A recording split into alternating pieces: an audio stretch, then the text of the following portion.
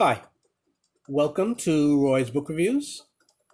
Today I want to discuss with you the novel Breath, Eyes, Memory by Edwidge Danticat.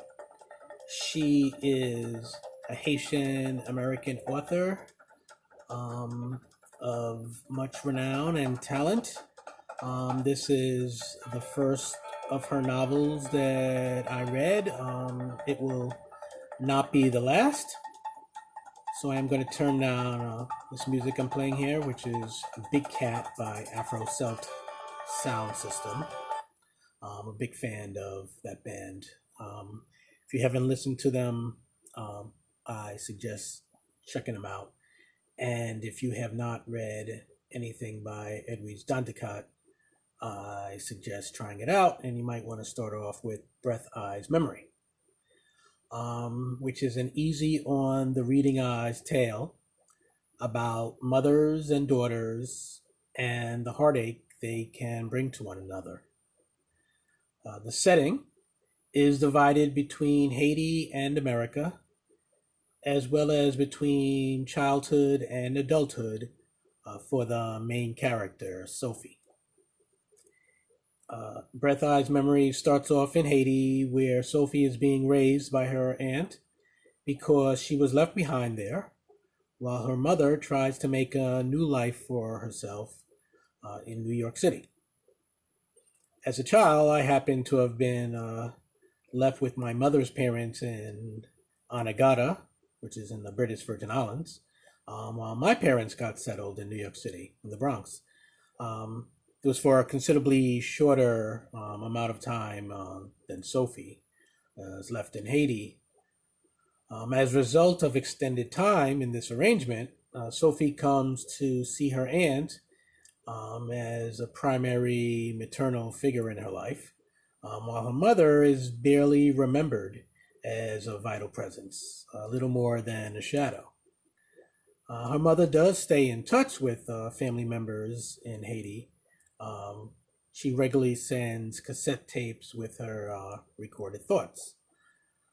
Sophie's grandmother is also in Haiti, though she does not live with Sophie and her aunt. As for male family members, mentors, protectors, they are just about entirely absent from the narrative. Eventually, as Sophie is approaching her teen years, the time comes for her to finally leave behind all that she knows in Haiti to be reunited with her mother. This book is broken up into brief chapters that each contain rather short scenes. For some reason, I find novels which are assembled in this manner to move along at a quicker pace, even if it's kind of a slow tempo book, than books that have very lengthy sections, long chapters, or perhaps no chapters at all, but just page after page without a lot of breaks. Even if overall the books are of comparable word counts. Not the greater choppiness of narrative flow makes a novel better written or less so than any other novel. Just a personal preference, something that I've noticed over my years, and many books that have been sprinkled throughout them.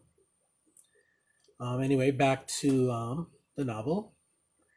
It isn't until Sophie gets to New York that significant male characters are introduced to the story.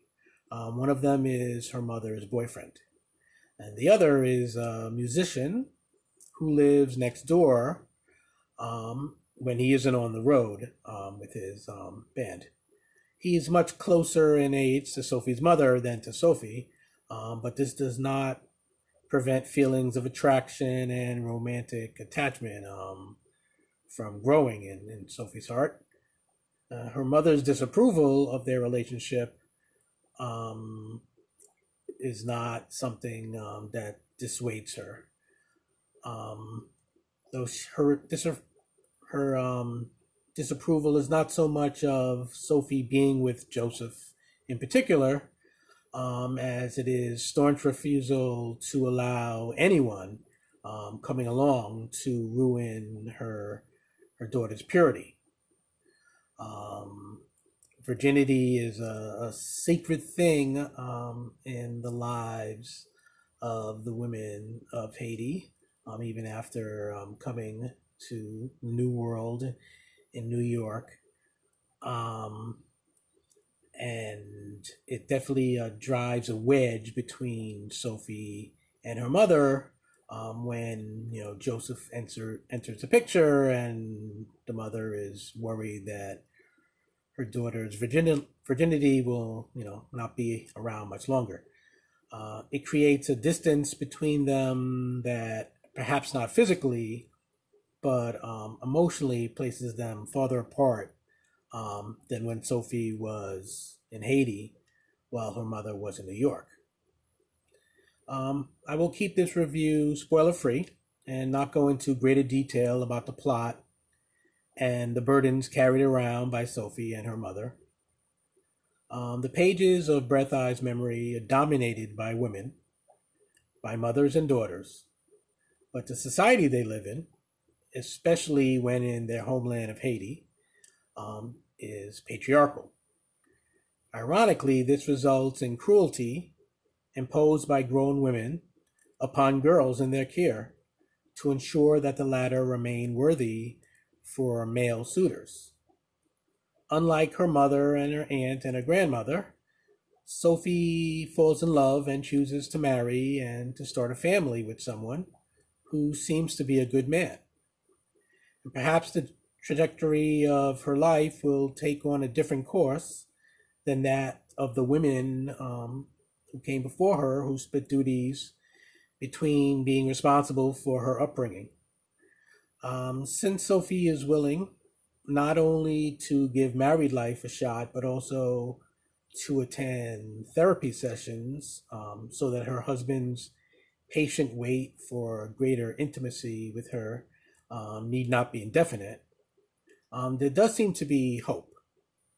Or perhaps old wounds will only heal physically, but not in the way that allows one to move on from them.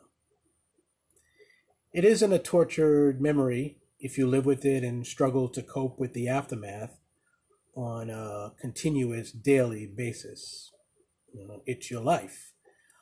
And Sophie is hoping that she will be able to escape the trajectory of her mother's life, her aunt's life, her grandmother's life, life in Haiti, and to live a more hopeful existence, one where she's able to be a mother who can accept her own daughter for the person that she is, rather than just seeing herself, primarily as protector of her charity until the man comes along to take her away, because there is much more to life than that, of course, and it's something that Sophie comes to learn in ways that are painful as well as not so much.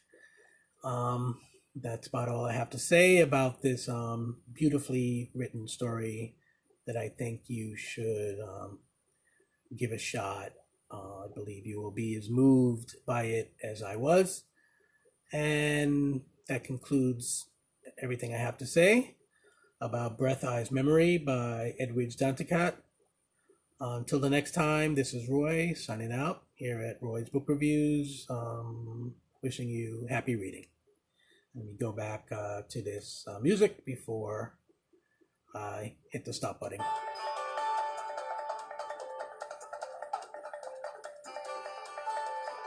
Pretty cool, right?